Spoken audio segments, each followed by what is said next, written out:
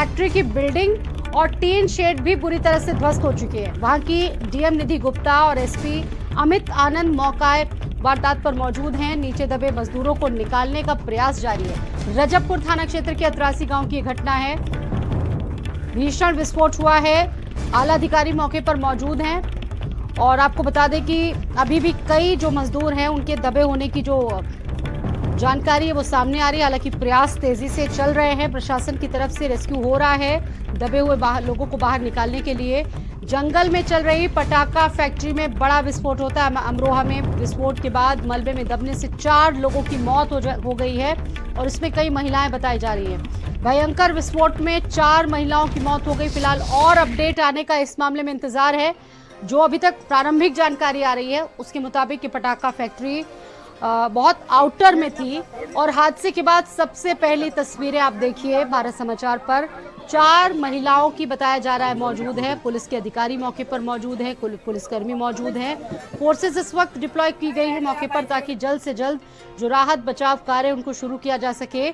और प्राथमिकता भी यही है कि जो वहां पर लोग फंसे हुए हैं या कोई ऐसी स्थिति उनसे जल्द उभरा जाए। आप देखिए इन तस्वीरों की तरफ, चारों तरफ ईंट मलबे ही मलबे नजर आ रहे हैं और जो मकान जहां पर ये पूरी फैक्ट्री चल रही थी वो बिल्कुल एक तरह से कहा जा सकता है कि तहस नहस हो गई है। प्रबल प्रभाकर मेरे साथ लाइव जुड़ चुके हैं इस खबर पर बातचीत करने के लिए। प्रबल, क्या अपडेट है? आप तो ग्राउंड जीरो से मौजूद हैं इस वक्त, क्या देख रहे हैं आप? देखिए, रजबपुर थाना क्षेत्र का अतरासी गांव है जहां बीचों बीच जंगल में यह पटाखा फैक्ट्री चल रही थी और इसमें करीब 4 लोगों की दर्दनाक मौत हो चुकी है। जिस तरीके से विस्फोट हुआ है वह पूरी तरीके से भयानक था। देख सकते हैं तस्वीरों में कि पूरी की पूरी जो फैक्ट्री थी वह गिर चुकी है और यहाँ पर एक भयंकर आग लगी थी। तमाम जो लोग थे वह यहाँ पर धमाका की तेज था कि लोग यहाँ पर पहुंचे। फिलहाल इस घटना में करीब 4 लोगों की दर्दनाक मौत हुई है, जिसमें कि महिलाएं शामिल हैं और 10 से 12 अधिक जो घायल थे उनको राहत बचाव करने के मजदूरों को यहाँ से निकाल कर अस्पताल में भर्ती कराया गया और उनका उपचार किया जा रहा है। अभी कितने लोग वहाँ पर दबे हुए हो सकते हैं, उनको लेकर और क्या अपडेट है? तमाम जो टीम है राहत बचाव कार्य की यहाँ पर किया जा रहा है और जो लोग हैं वो यहाँ पर पहुंचे हैं। फायर टीम है और भी जो एनडीआरएफ आरडीएफ टीम है यहाँ पर पहुंची है। डीएमएसपी ने भी यहाँ पर मौके पर फिरकर मुआयना किया था। फिलहाल इस पूरे मामले में डीएम की तरफ से एक कमेटी गठित की गई है जो पूरे मामले की जांच पड़ताल करेगी और जो मजदूर थे उनको यहाँ से बाहर निकालकर अस्पताल में भर्ती कराया गया है। बिल्कुल, ये जो तस्वीरें वहां से आ रही हैं, लोग जो देख रहे हैं, जहां देखिए वहां मलबा ही मलबा नजर आ रहा है। बुरी तरीके से ये जो मकान है जहां पर ये पूरी फैक्ट्री चल रही थी वो क्षतिग्रस्त हुआ है। रोड से करीब है, मुझे लगता है 500-700 मीटर अंदर है। पूरी की जंगल में यह फैक्ट्री बना रखी थी। अभी सीएफओ से भी बात हुई है, उनका कहना है कि जो यहाँ अनट्रेंड मजदूर थे वह काम कर रहे थे। इन लोगों को लाइसेंस दिया गया बाकायदा। जो अनट्रेंड लोग थे और जो संचालक है तो कभी यहाँ पर जो है चेकिंग नहीं की जाती थी, जिसकी वजह से इतना बड़ा हादसा हो गया है। और अधिकारी जो है उनका यही कहना है कि जो इसमें टीम है वह गठित कर दी गई है और जो भी इसमें आगे कार्रवाई होगी वह की जाएगी। अभी जो शुरुआती जानकारी आ रही, 4 महिलाएं बताई जा रही हताहत हुई है, क्या ये अपडेट अभी इसको लेकर और क्या है? बिल्कुल, देखिए यहाँ पर जो फैक्ट्री है यह एक हापुड़ का व्यक्ति है उसको संचालित करता था और जो मजदूर महिलाएं थी यहाँ पर वह काम करती थी। बताया जा रहा है कि जो कम पैसे में उनको मजदूरी के लिए यहाँ पर लगाया गया था। फिलहाल जिस तरीके से जिस समय विस्फोट हुआ तो करीब 4 महिलाएं यहाँ पर मर गई, वह भाग नहीं सकी और 10 से अधिक जो है लोग वह यहाँ पर घायल हुए हैं, उनको अस्पताल में भर्ती कराया गया है। प्रबल, चूंकि आप ग्राउंड जीरो पर ही मौजूद हैं, अधिकारी भी वहाँ पर डटे हुए हैं, बताया जा रहा है कि डीएम भी खुद वहीं पर मौजूद हैं और एसपी भी वहाँ पर मौजूद हैं, उनसे क्या आपकी बात हो पाई है? 2 जिला अस्पताल में मर गए। देखिए, तमाम अधिकारी जो थे यह यहाँ पर पहुंच गए थे। डीएम निधि गुप्ता और एसपी अमित कुमार आनंद ने पहुंचकर घटनास्थल का जायजा लिया है। उनका कहना है साफ तौर पर कि जो पटाखा फैक्ट्री है इसको निकाल के रख लो, पूरी टीम गठित कर दी गई है। फिलहाल इस पूरे मामले में जो होगा उस पर रिपोर्ट दर्ज कर कार्रवाई की जाएगी। अभी इस तरह में जो एडीएम एफआर है उनको जाँच सौंप दी गई है, वही पूरे मामले में जाँच करेंगे और अग्रिम कार्रवाई इसमें की जाएगी। बिल्कुल, इसके अलावा और क्या पता चल पा रहा है, कितने लोग वहाँ पर काम कर रहे थे? तो ये तस्वीरें हैं मलबे में दबने से अभी तक जो शुरुआती जानकारी आई है, 4 लोगों ने अपनी जानें गंवा दी और 4 में महिलाएं ही बताई जा रही हैं अभी के लिए। और फिलहाल अधिकारी मौके पर मौजूद हैं, स्थितियों से वो लगातार वो देख रहे हैं। अधिकारी मौके पर मौजूद हैं, खुद जो वहां की डीएम है निधि गुप्ता वो मौजूद हैं, इसके अलावा एसपी भी मौजूद हैं। पुलिस फोर्स को आप देख रहे हैं, वहां पर लगी हुई पटाखा फैक्ट्री थी जहां पर भीषण तरीके से विस्फोट हुआ है और मलबे में दबने से 4 लोगों की मौत हो गई है और 1 दर्जन से ज्यादा इसमें यह भी बताया जा रहा है कि जो मजदूर थे वो बुरी तरह से झुलसे हैं। फैक्ट्री की बिल्डिंग और टीन शेड आप देखें इन तस्वीरों के जरिए ध्वस्त हो चुकी है और जहां पर भी नजर जा रही है मलबा ही मलबा दिख रहा है। बताया जा रहा है कि बीच जंगल में ये फैक्ट्री संचालित हो रही थी और अचानक से भीषण विस्फोट होता है और कई लोगों की जान जाती है। थाना रजबपुर क्षेत्रांतर्गत ग्राम मतरासी में आज दोपहर लगभग 12 बजे एक लाइसेंसी पटाखा फैक्ट्री में विस्फोट होने की सूचना प्राप्त हुई थी। तत्काल मौके पे पुलिस फोर्स, एम्बुलेंस सूचना पे पहुंची। यहाँ पे ये जो पटाखा फैक्ट्री है सैफुर रहमान पुत्र कैसर अहमद जो जनपद हापुड़ के रहने वाले हैं उनके लाइसेंस पे ऑपरेट हो रही थी। यहाँ पे मौके पे 4 महिलाओं की डेथ हुई है जिनके शव को पोस्टमार्टम के लिए भेज दिया गया है। 6 महिलाओं की इंजर्ड होने की बात बताई है जिन्हें चिकित्सा उपचार के लिए हॉस्पिटल भेजा गया है। यहाँ पे police team, fire brigade team मौजूद है। यहाँ पे जो अन्य विधिक कार्रवाई है वो प्रचलित है और इसमें जो विस्फोट के कारण है उसकी भी जांच की जा रही है। वैधानिक कार्रवाई प्रचलित है। और प्रबल हमारे साथ मौजूद थे, आपका बहुत धन्यवाद वहां से जानकारियां देने के लिए। और अगली खबर आपको बता रहे हैं, देवरिया से सरयू नदी में डूबने से हादसा हुआ है। 3 युवकों की मौत हो गई है। तीनों ही नदी में स्नान करने गए थे। तीनों युवक अपने अपने ननिहाल गए थे। पुलिस मामले की पड़ताल में जुटी हुई है। बरहज थाना क्षेत्र के थाना घाट का ये पूरा मामला बताया जा रहा है। 3 युवक नदी में डूब गए हैं जिनकी मौत हुई है। मनीष मिश्रा हमारे साथ मौजूद हैं, देवरिया से संवाददाता। मनीष, क्या है ये मामला, कैसे हादसा हुआ इन युवकों के साथ?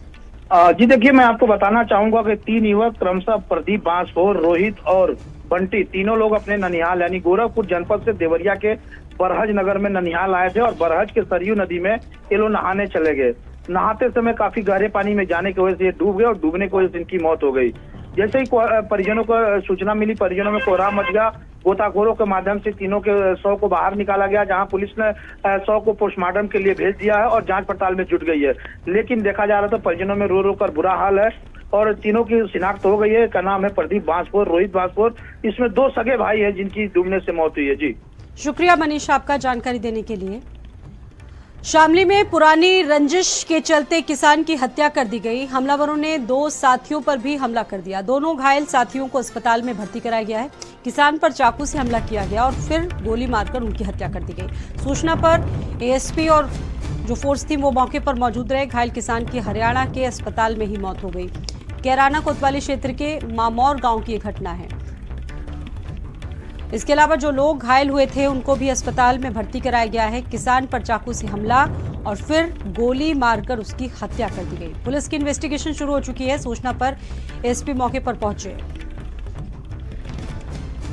घायल किसान की हरियाणा के एक अस्पताल में मौत हो गई।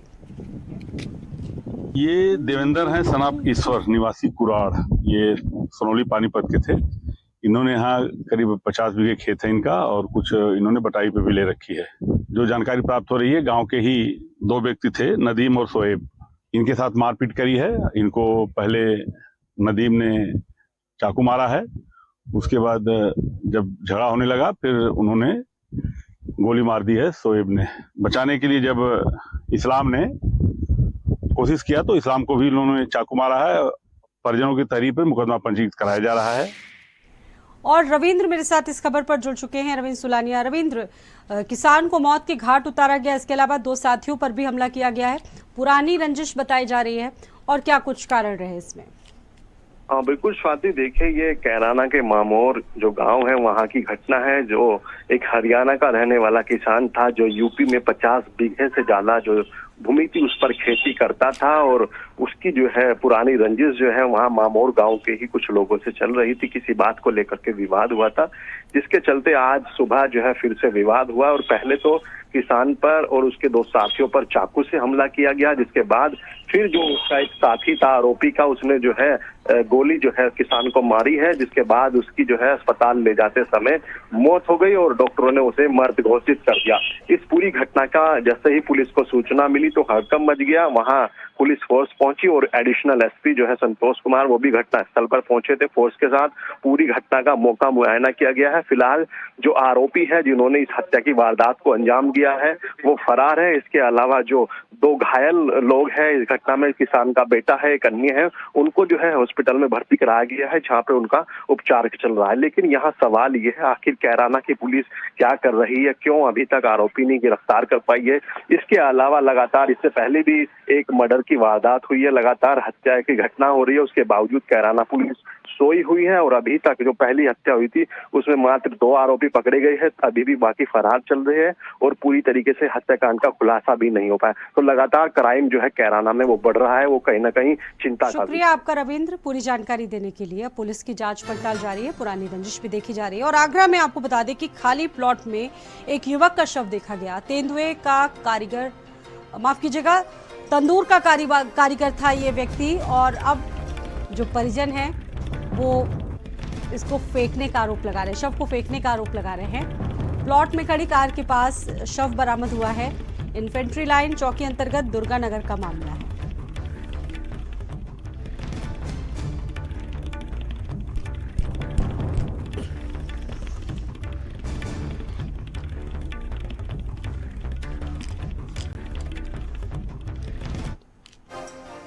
हमीरपुर से अगली खबर है। संदिग्ध परिस्थितियों में एक युवक की हत्या का मामला सामने आया है। पुलिस ने शव को पोस्टमार्टम के लिए भेजा है। सुमेरपुर बस स्टैंड का मामला है।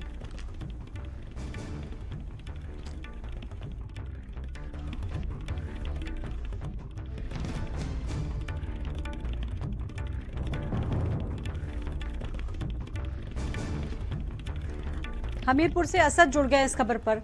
असद, क्या बताया जा रहा है मामला? ये सुबह जैसे बस स्टैंड के पास लोग राहगीर वहां पर घूम रहे थे, उसी दौरान देखा गया कि सड़क किनारे युवक का शव पड़ा हुआ है। वैसे ही पुलिस को सूचना दी गई और मौके पर पुलिस पहुंची और अज्ञात शव को कब्जे में लेकर पीएम के लिए भेज दिया है। फिलहाल आसपास से जो लोग हैं उनका मानना यही है कि शायद हत्या कर सबको फेंका गया है। जी शुक्रिया आपका। हत्या की आशंका परिजन जाहिर कर रहे हैं। शव को पुलिस ने पोस्टमार्टम के लिए भेजा है। सुमेरपुर थाना क्षेत्र के बस स्टैंड के पास का ये मामला है, जहां से एक शव लोगों ने देखा और अब शव की शिनाख्त पुलिस करने की कोशिश कर रही है।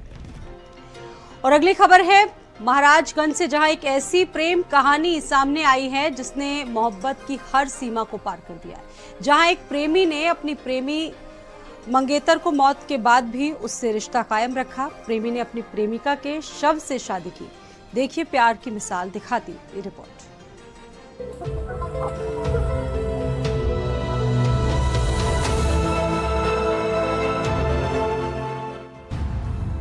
प्यार की सबसे बड़ी मिसाल, इश्क निभाया बिना किसी सवाल, मौत के बाद भी प्यार निभाया, अपने वादे का सिंदूर सजाया। प्यार, इसे शब्दों में बयान करना मुश्किल होता है, मगर कुछ लोग अपने जज्बातों से ऐसी मिसाल रख जाते हैं कि पूरी दुनिया सिर्फ देखती रह जाती है। महाराजगंज जिले में एक ऐसा ही वाकया सामने आया जिसने मोहब्बत को एक नई परिभाषा दे दी। जहां एक प्रेमी ने अपनी प्रेमिका की मौत के बाद उसके शव से पूरे रस्म और रिवाज के साथ शादी कर अपने वादे को निभाया। यूपी के महाराजगंज के निचलौल थाना क्षेत्र में कल एक हैरतअंगेज प्रेम विवाह देखने को मिला है, जहां अर्थी पर लेटे दुल्हन के 7 फेरे लेकर के दूल्हे ने शादी रचाई है। मामला निचलौल कस्बे का है, जहां पर लंबे समय से प्रेमी और प्रेमिका के बीच प्रेम प्रसंग था और प्रेमी जो है वो लड़की के ही मकान में किराए पर अपनी दुकान चलाता था। दोनों के बीच प्रेम प्रसंग शुरू हुआ, परिजनों को जानकारी हुई, बाद में दोनों की शादी तय कर दी गई। इसी वर्ष नवंबर में शादी होनी थी, लेकिन संदिग्ध परिस्थितियों में कल युवती की मौत हो गई। युवक को मकान मालिक की बेटी से प्यार हुआ।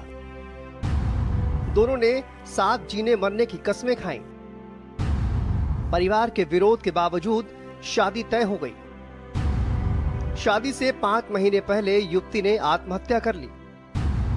प्रेमी ने अर्थी पर शादी की इच्छा जताई। प्रेमी ने अर्थी पर ही सिंदूर भरा। सुहागन की तरह युवती का अंतिम संस्कार हुआ। प्रेमिका की मौत के बाद प्रेमी ने कहा, मैंने वचन दिया था कि उसे दुल्हन बनाऊंगा, अगर जीते जी नहीं बना पाया तो क्या, अब भी निभाऊंगा। उसकी अर्थी सुहागन की तरह ही उठेगी। पहले तो सभी हैरान रह गए, लेकिन प्रेमी की आंखों में बहता सच और जज्बात देखकर परिजनों ने सहमति दे दी। फिर अर्थी पर ही सिंदूर भरा गया। प्रेमी बदहवास हो गया। बदहवास होने के बाद ये कहने लगा कि ये हमारी प्रेमी नहीं, प्रेमिका नहीं, अर्धांगिनी है और ये सुहागन ही अर्थी पर लेटेगी। और उसके बाद अर्थी पर लेटने के बाद पंडित को बुलाया गया। पंडित मंत्रोच्चारण करके वहाँ पूजन कराया। अगल बगल मांगलिक गीतों के बजाय वहाँ पर चीख पुकार थी, लोग रो रहे थे, बिलख रहे थे, पूरा गांव उमड़ा हुआ था। दोनों प्रेमी प्रेमिकाओं के परिजन वहाँ मौजूद थे और उनके सामने ही लड़के ने, प्रेमी ने दुल्हन के माथे पर सिंदूर लगाया, गले में मंगलसूत्र बांधा और मंत्रोच्चारण के साथ 7 फेरे लगा करके शादी रचाई। ये ऐसी शादी थी जहां ढोल नहीं बजे, मंगल गीत भी नहीं गूंजे, सिर्फ सिसकियों की गूंज थी।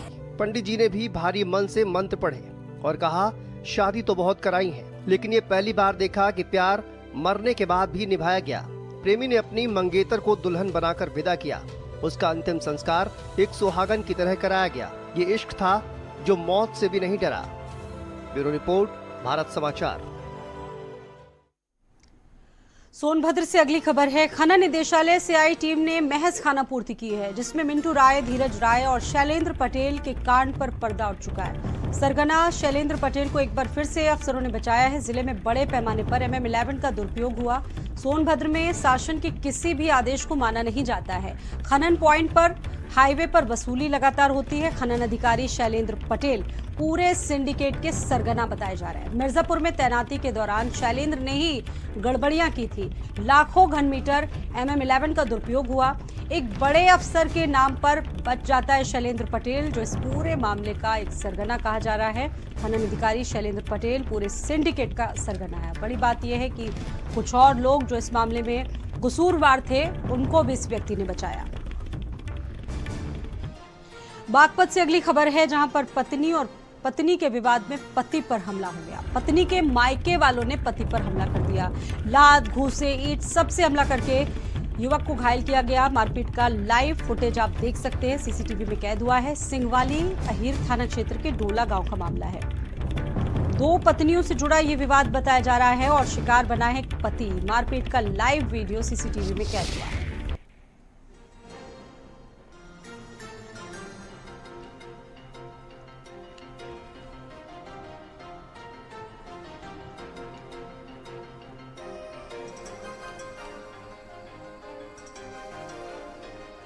एक पत्नी के मायके वालों ने बताया जा रहा है कि इस युवक पर हमला कराया है। 2 पत्नियों से जुड़ा फिलहाल जो शुरुआती विवाद है वो निकलकर सामने आया और शिकार बना है युवक। मारपीट का वीडियो CCTV में सामने आ चुका है और विपिन जुड़ चुके हैं।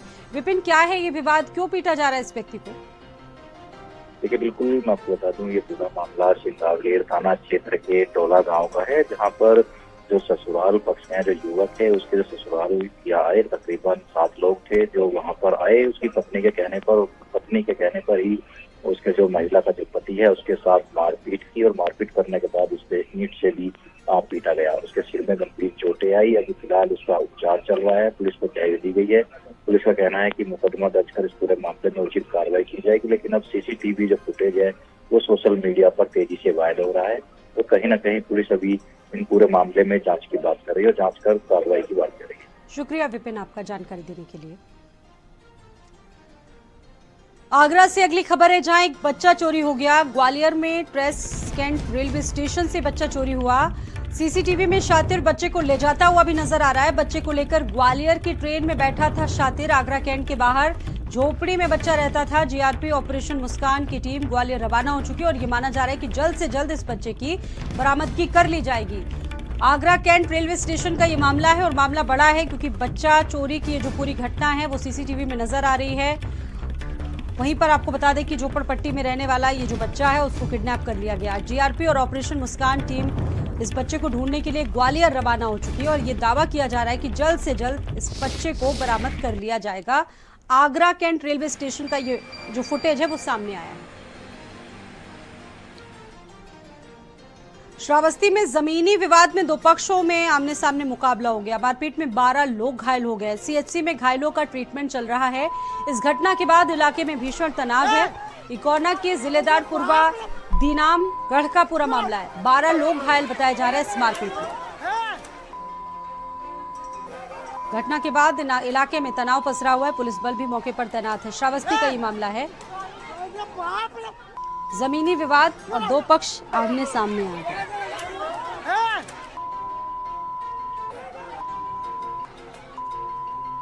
मारपीट में अब तक 12 लोगों के घायल होने की खबर है। ये वीडियो भी आप देख रहे हैं श्रावस्ती का। पुलिस बल भी तैनात किया गया है। दो पक्षों से जुड़ा ये मामला है। जमीन को लेकर विवाद शुरू हुआ। पुलिस भी मौके पर पहुंची और कई लोग घायल हुए।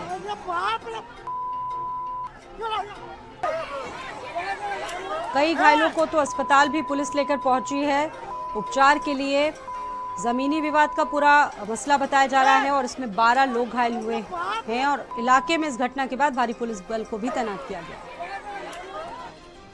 बिजनौर में गन्ने की फसल को लेकर विवाद हुआ, जिसमें दो पक्षों में जमकर लाठी डंडे चले। दबंगों ने खेत पर ही काम कर रहे लोगों को पीट दिया। एक पक्ष के 2 लोग जख्मी हो गए, जबकि इन्हें अस्पताल में भर्ती कराया गया है। मंडावर क्षेत्र के गांव सिमला खुर्द का ये मामला है। दो पक्षों में जमकर लाठी डंडे चले हैं बिजनौर में। एक पक्ष के 2 लोग जख्मी हुए हैं, जिनको अस्पताल में भर्ती करवाया गया है।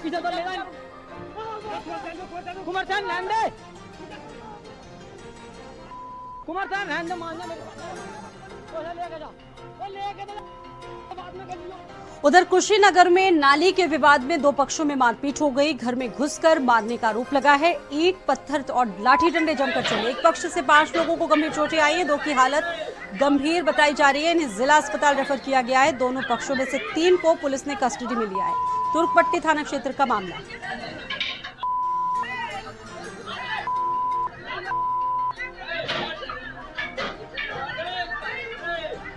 यहाँ पर नाली से जुड़ा विवाद बताया जा रहा है, जिसमें खूनी संघर्ष हुआ है। ये वीडियो भी बताया जा रहा है कुशीनगर का।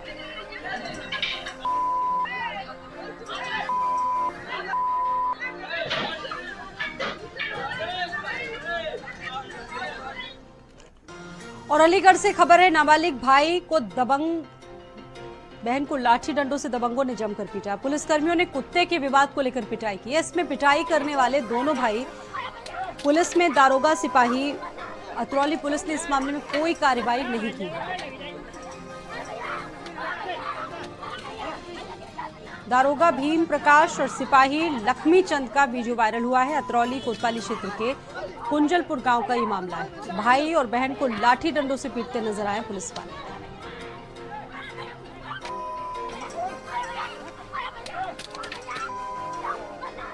क्षेत्राधिकारी अतरौली अवगत कराना है कि दिनांक 14/6/2025 को थाना अतरौली के ग्राम कुंजलपुर में 2 व्यक्तियों द्वारा एक व्यक्ति की पिटाई करने का वीडियो वायरल हो गया था।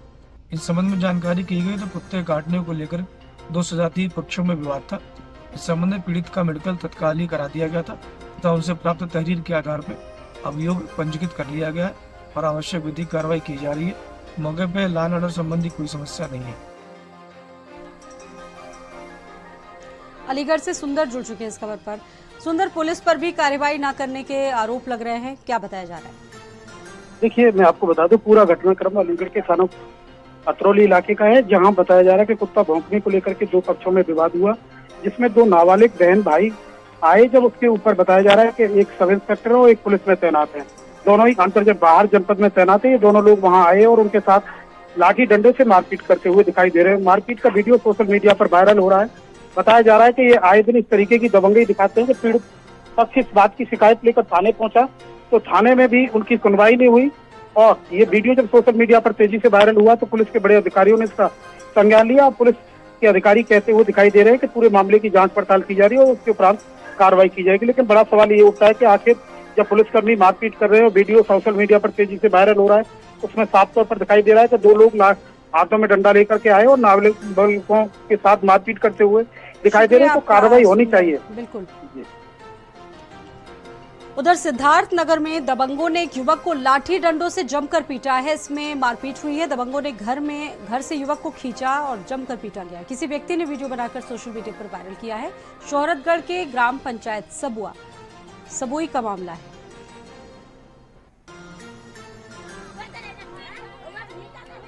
युवक को बेरहमी से पीटने का वीडियो सामने आया है सिद्धार्थ नगर से।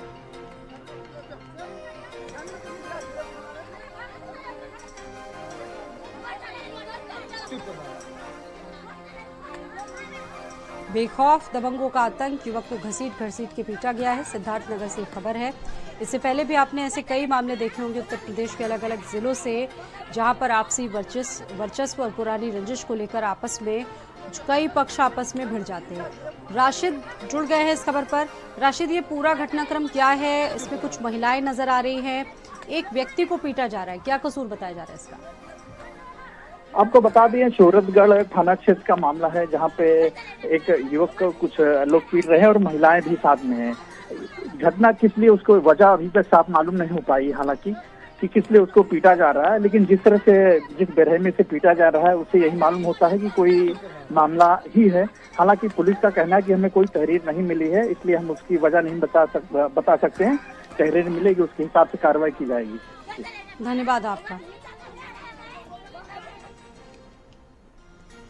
उधर हाथरस में आधा दर्जन से ज्यादा छात्राओं की तबीयत बिगड़ गई है। एनसीसी कैंप में खाना खाने के बाद इनकी तबीयत बिगड़ी है, जिसके बाद तत्काल सामुदायिक स्वास्थ्य केंद्र लाया गया। बीमार छात्रों में से 5 छात्राओं की हालत गंभीर है। एसडीएम, नायब तहसीलदार कोतवाल, सीएचसी सब मौजूद हैं मौके पर। एनसीसी कैंप में तकरीबन 350 बच्चे इस वक्त कैंप कर रहे हैं, हिस्सा ले रहे हैं। बाबा सौदान सिंह वीरमती देवी स्कूल कुरावली का ये मामला बताया जा रहा है। एनसीसी कैंप में कई छात्राओं की तबीयत एकाएक बिगड़ी है, जिनको तुरंत सीएचसी लाया गया। कुछ बच्चों की डिहाइड्रेशन की वजह से, या जैसा आपको पता है कि गर्मी की वजह से हीट स्ट्रोक है, हमारे एग्रेसिव एक्टिविटीज़ के कारण कुछ बच्चे यहाँ लाए गए थे। उनमें 5 बच्चों को थोड़ा सा ड्रिप वगैरह लगाकर इलाज करते हुए उनको अभी रवाना कर दिया गया है।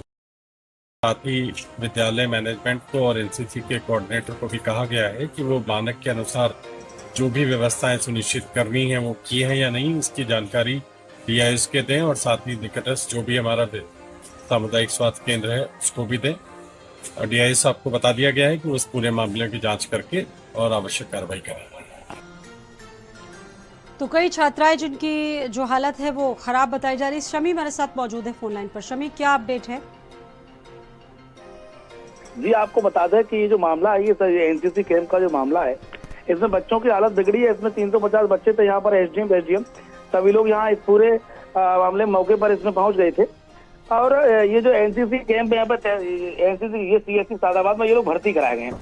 हीट स्ट्रोक के दौरान एनसीसी कैंप में एक्टिविटी करने के बाद, खाना खाने के बाद इन लोगों की अचानक तबीयत बिगड़ गई, जिसके बाद से आधा दर्जन से अधिक छात्रों की स्थिति ज्यादा खराब हो गई। अभी उन सबका उपचार जारी है। कितने लोगों को अब तक डिस्चार्ज किया गया है? 1 छात्र और 5 छात्राएं थी जिनकी हालत गंभीर है। चलिए, बहुत धन्यवाद आपका जानकारी देने के लिए शमी।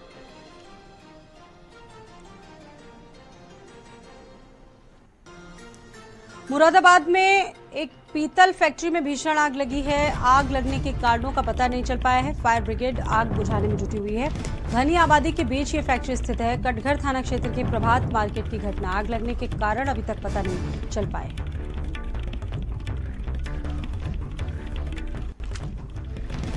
फायर ब्रिगेड की टीम मौके पर मौजूद है। घनी आबादी के बीच ये फैक्ट्री बताई जा रही है, जहां पर भीषण आग लगी है। फिलहाल कोशिशें ये हैं कि जल्द से जल्द इस आग पर काबू पाया जाए। कटघर थाना क्षेत्र के प्रभात मार्केट की घटना है।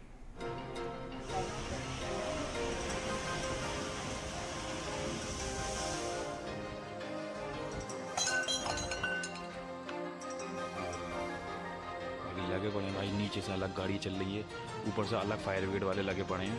आप खुद देख लो कि क्या मंजर हो रहा है भाई आग का।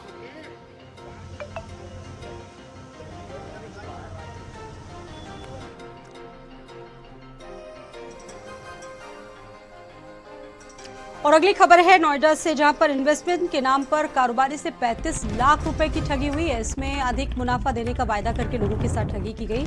अलग अलग खातों में 35 लाख रुपए भी ट्रांसफर करा लिए गए। आईपीओ में पहले निवेश करवाकर मुनाफा दिया जाता था और दोबारा डमी ऐप पर भारी मुनाफा दिखाया जाता था। कारोबारी के पैसे निकालने पर जब उसको पता चला कि उसके साथ फ्रॉड भी हो सकता है, पीड़ित प्रशांत चौबे ने तत्काल पुलिस में रिपोर्ट दर्ज करवाई। सेक्टर 36 साइबर थाने में शिकायत कराई गई है। पुलिस पूरे मामले की जांच पड़ताल कर रही है। नोएडा में इन दिनों ठगी के कई ऐसे मामले सामने आ रहे हैं। इन्वेस्टमेंट के नाम पर, ज्यादा मुनाफे के नाम पर ऐसे मामले, और लोग ठगी का शिकार हो रहे हैं। दानिश हमारे साथ मौजूद है। दानिश, ऐसे मामले लगातार सामने आ रहे हैं, नोएडा से लोग ठगी का शिकार हो रहे हैं।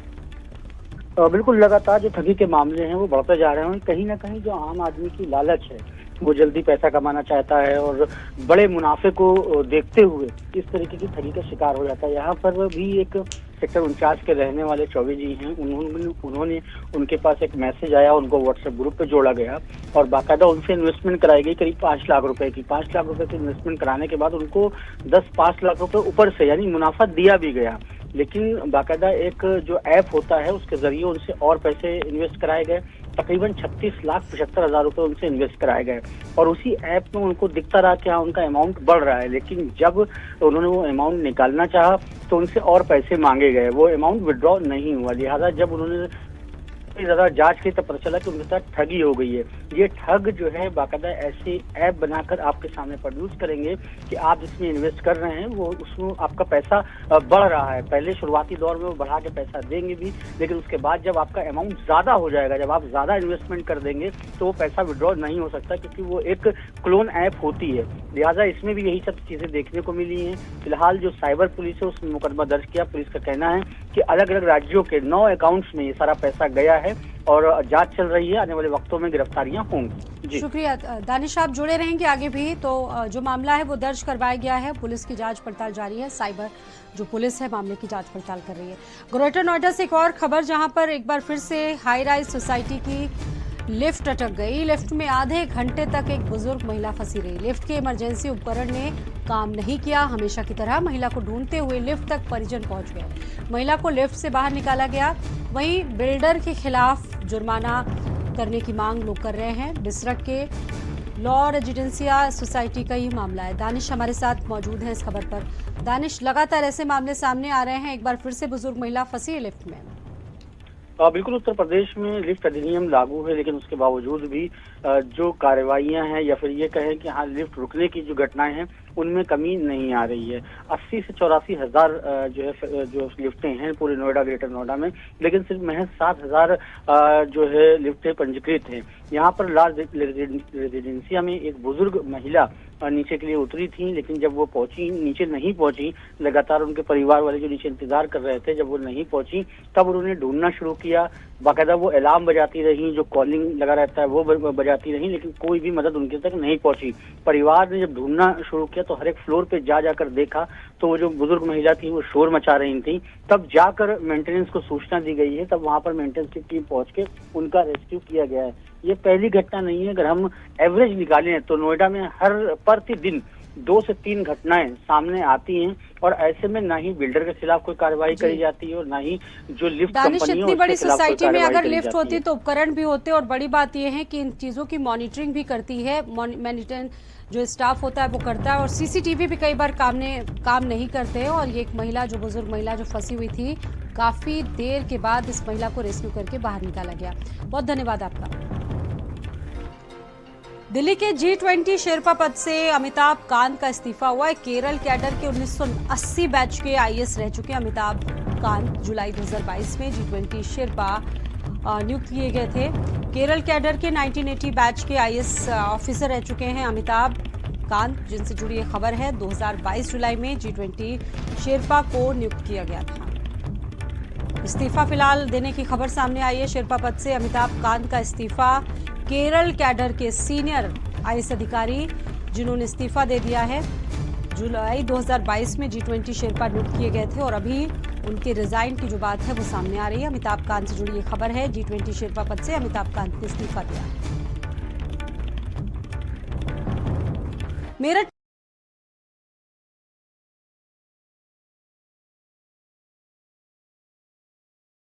में गौकशों के सरगना यामीन टुच्चा से पुलिस की मुठभेड़ हुई है। चेकिंग के दौरान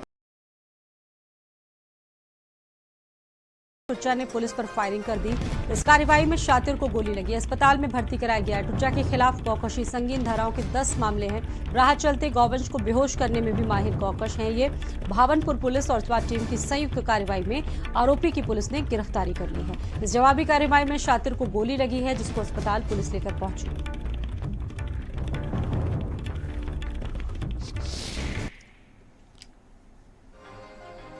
कुछ संदिग्ध व्यक्तियों को चेक करने का प्रयास किया गया तो अचानक वो लोग भागने लगे और पुलिस की टीम पर फायर कर दिया।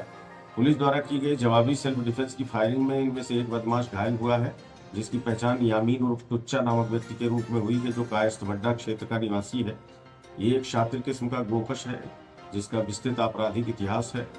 प्राथमिक उपचार के लिए अस्पताल भेजा गया है। इसके पास से एक तमंचा, कुछ कारतूस, जो अग्रेतर विधिक कार्यवाही है वो थाना भावनपुर के द्वारा निष्पादित की जा रही है।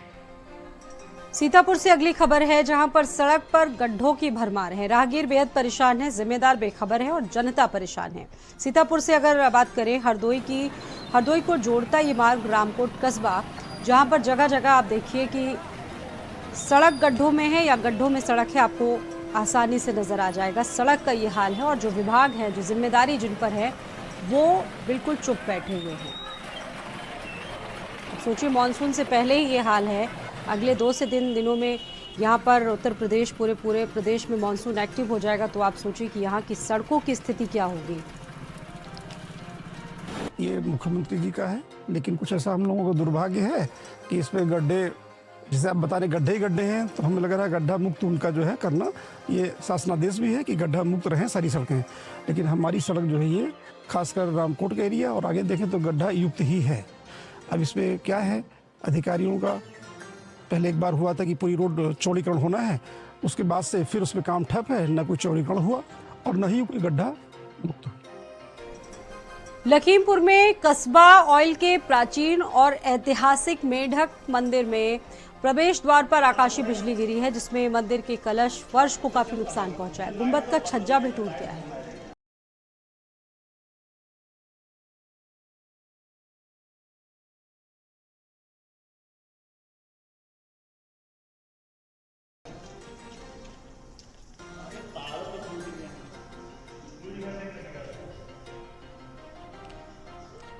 बढ़ते आगे, लखनऊ में बिना परमिशन के नसबंदी करने पर एफआईआर होगी। केजीएमयू के तत्कालीन वीसी समेत 4 डॉक्टरों पर एफआईआर। कोर्ट के आदेश पर क्वीन मैरी के 4 डॉक्टरों पर केस दर्ज किया गया है। हरदोई के परिवार ने चौक कोतवाली में इनके खिलाफ एफआईआर दर्ज करवाई। 2022 में प्रसव के दौरान डॉक्टरों ने की थी नसबंदी, जिसमें डॉक्टर अमिता पांडे, मोनिका अग्रवाल और निदा खान और शिवानी पर एफआईआर लिखवाई गई।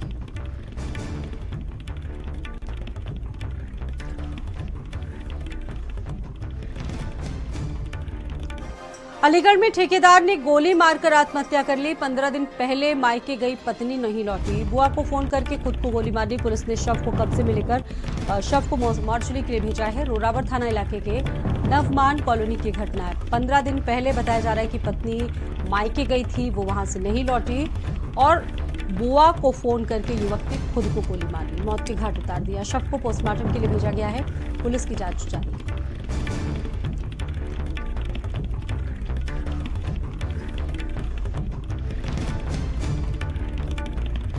रायबरेली से अगली खबर है, जहां पर राजनीति से हटकर प्रोडक्ट्स के विरोध में पोस्टर चस्पा है। चाइना के बाद इजरायली प्रोडक्ट्स के बहिष्कार में पोस्टर्स लगाए गए हैं। मुस्लिम बाहुल्य इलाके में पोस्टर्स लगाए गए हैं। दक्षिणी जहानाबाद के आसपास ये पोस्टर्स काफी चर्चाओं का विषय बने हैं।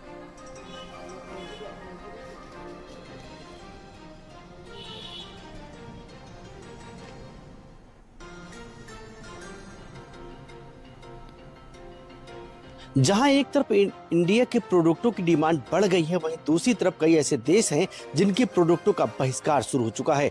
आपको बता दें कि रायबरेली शहर के दक्षिणी जहानाबाद के पास कई इस तरह के पोस्टर लगे, जहां पर इजराइल के जो प्रोडक्ट हैं उनका बहिष्कार किया जा रहा है। आपको बता दें कि ये आपको हम पोस्टर दिखाना चाहेंगे, किस तरह से इस तरह के पोस्टर रायबरेली शहर में मुस्लिम बाहुल इलाकों में खूब देखने को मिल रहे हैं और बाकायदा उस पर लिखा हुआ है इजराइल प्रोडक्ट का बहिष्कार, और बाकायदा कुछ जो है उस पर प्रोडक्ट भी बनाए बनाए गए हैं और उनके बहिष्कार की बात कही जा रही है। ये सिर्फ एक स्थानों पर नहीं बल्कि जो मुस्लिम बाहुल इलाके हैं उनके कई स्थानों पर इस तरह के प्रोडक्ट देखने को मिल रहे हैं। तो कहीं न कहीं जिस तरह से देखा जाए कि अभी चीन के जो प्रोडक्ट थे चाइना की, वो उनके बहिष्कार की बात कही जा रही थी। अब दूसरी तरफ देखा जा रहा है कि जो इजराइल के प्रोडक्ट है उनके भी बहिष्कार की बात सामने आ रही है और बाकायदा जो दुकानें हैं उनके आसपास इस तरह के जो पोस्टर हैं वो लगाए जा रहे हैं और बाकायदा इस तरह लिखा जा रहा है कि इजराइल के जो प्रोडक्ट हैं उनका बहिष्कार किया जा रहा है। लेकिन जिस तरह से ये जो पोस्टर लगाए गए हैं वो रायबरेली में चर्चा का विषय बने हुए हैं। रोहित मिश्रा, भारत समाचार, रायबरेली। उधर महोबा में बाइक और कार में भीषण भिड़ंत हुई है जिसमें 5 लोगों की मौत हो गई। 3 घायलों को अस्पताल पहुंचाया गया। पुलिस प्रशासनिक अमला मौके पर मौजूद है। श्रीनगर थाना क्षेत्र के गांव के पास की घटना है। बाइक की टक्कर हुई है और बहुत बड़ा हादसा हुआ है। 5 लोगों की मौके पर मौत हो गई। बाइक और कार की टक्कर में 5 लोगों की मौत जबकि 3 घायलों को तत्काल अस्पताल पहुंचाया गया। हादसे की तस्वीरें आई है। पुलिस प्रशासनिक अमला मौके पर मौजूद है। 5 लोगों की जान चली गई है। विष्णु हमारे साथ मौजूद हैं। विष्णु, और क्या अपडेट है आपके पास इस हादसे से जुड़ा हुआ? 5 लोगों की मौत हो गई यहाँ पर। ये पूरा मामला है जिले के श्रीनगर थाना क्षेत्र का है, जहाँ पर एक इको कार और बाइक में भीषण भिड़ंत हो गई। गाँव वालों का कहना है कि जो इको कार थी उसमें ब्लास्ट हुआ, कहीं पर या तो टायर फटा या कहीं कुछ ऐसा हुआ जिससे कार डिसबैलेंस हो गई और सामने से आ रही बाइक की टकरा गई। जिसके बाद बाइक और कार एक खाई में गिर गई जिसमें 5 लोगों की मौत हुई है। 3 गंभीर हालत में जिला अस्पताल भर्ती कराए गए हैं और जो सभी लोग सभी की शिनाख्त हो गई है। सभी लोग ये पास के ही गांव के रहने वाले थे, वो मंगले कार्यक्रम के लिए जा रहे थे। वाहनों की स्थिति, जो तस्वीरें आपने वहां से भेजी है वो विचलित करने वाली, मतलब इतनी बुरी तरीके से हादसा हुआ है, बिल्कुल पिच्चे हो गए वाहन। विष्णु, हाँ जी बिल्कुल। जब गाड़ी का टायर फटा है, टायर फटने के बाद कार जो है वो अनब्रेक हो गई। बाइक में जब टकराई है तो टक्कर इतनी भीषण थी कि एक बहुत तेज आवाज हुई। जिसके बाद ग्रामीण इकट्ठे हो गए और उन्होंने किसी तरह से रेस्क्यू करके सभी जो हादसे में घायल थे उनको निकाला। जिसमें देखा तो 3 की मौके पर ही मौत हो चुकी थी। 2 जो बाइक में थे उनमें भी मौत हो गई थी। 3 जो अन्य घायल थे उनको एम्बुलेंस की सहायता से जिला अस्पताल भेजा गया है इलाज के लिए और पुलिस को फोन कर दिया गया था। तो पुलिस भी मौके पर पहुंच गई थी। पीआरपी और एडिशनल एसपी मौके पर पहुंची है। एसडीएम मौके पर पहुंचे हैं। शुक्रिया आपका जानकारी देने के लिए।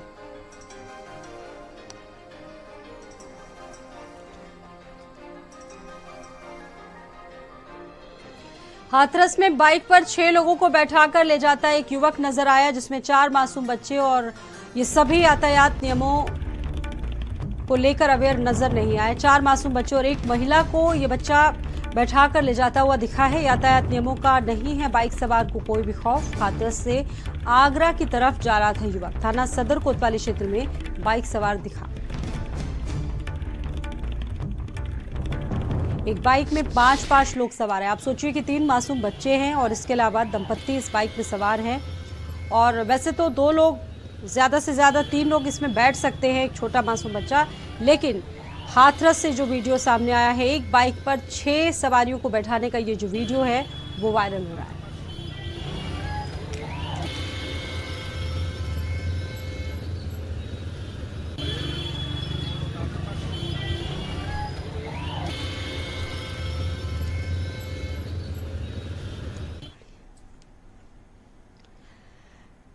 रामपुर में 100 दुकानों में 7 कुछ जेसीबी से जमींदोज किया गया। इसमें 60 साल पहले चीनी मिल की संपत्ति पर बनाई गई थी दुकानें। कुछ लोग वसूलते थे दुकानदारों से किराया। नगर पालिका प्रशासन ने इन दुकानों को कब्जा मुक्त करवाया। जेसीबी से इन दुकानों को जमींदोज किया गया है।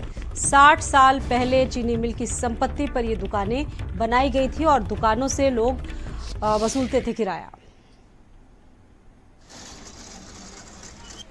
मालगोदाम तिराहे के पास 60 साल पहले बनी 100 दुकानों को रामपुर के नगर पालिका प्रशासन ने चीनी मिल की जगह बताते हुए दुकानों को 7 जेसीबी की मदद से जमींदोज कर दिया।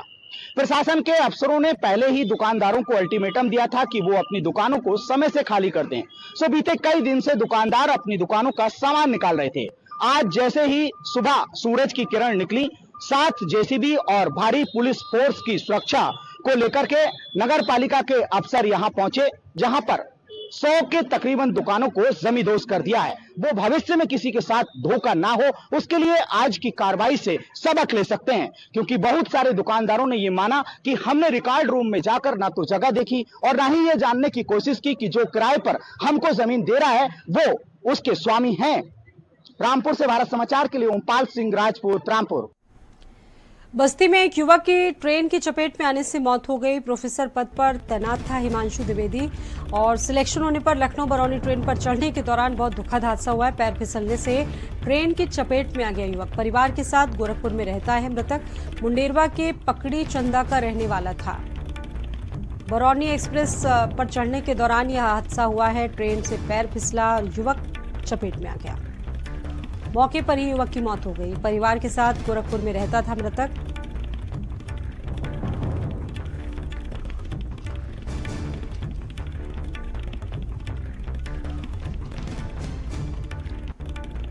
कौशाम्बी में विवाहिता ने फांसी लगाकर जान दे दी है। परिजनों ने ससुराल वालों पर ही प्रताड़ित करने और हत्या करने के आरोप लगाए। इसमें 5 लाख न देने पर हत्या करने का आरोप लगाया। मृतक महिला के पिता ने पुलिस को तहरीर दी है। कोखराज थाना क्षेत्र के चकमापुर पाणे मऊ का ये मामला है।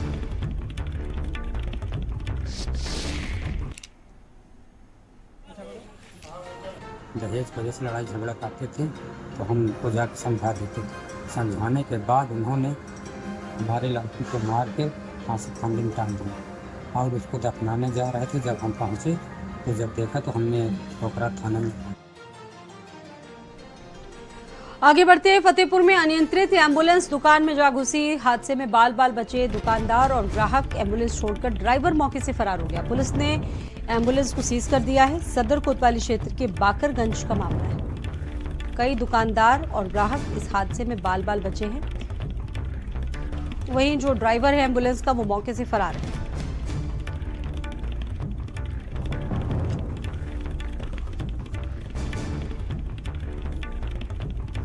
सदर कोतवाली क्षेत्र के बाकरगंज का पूरा मामला है।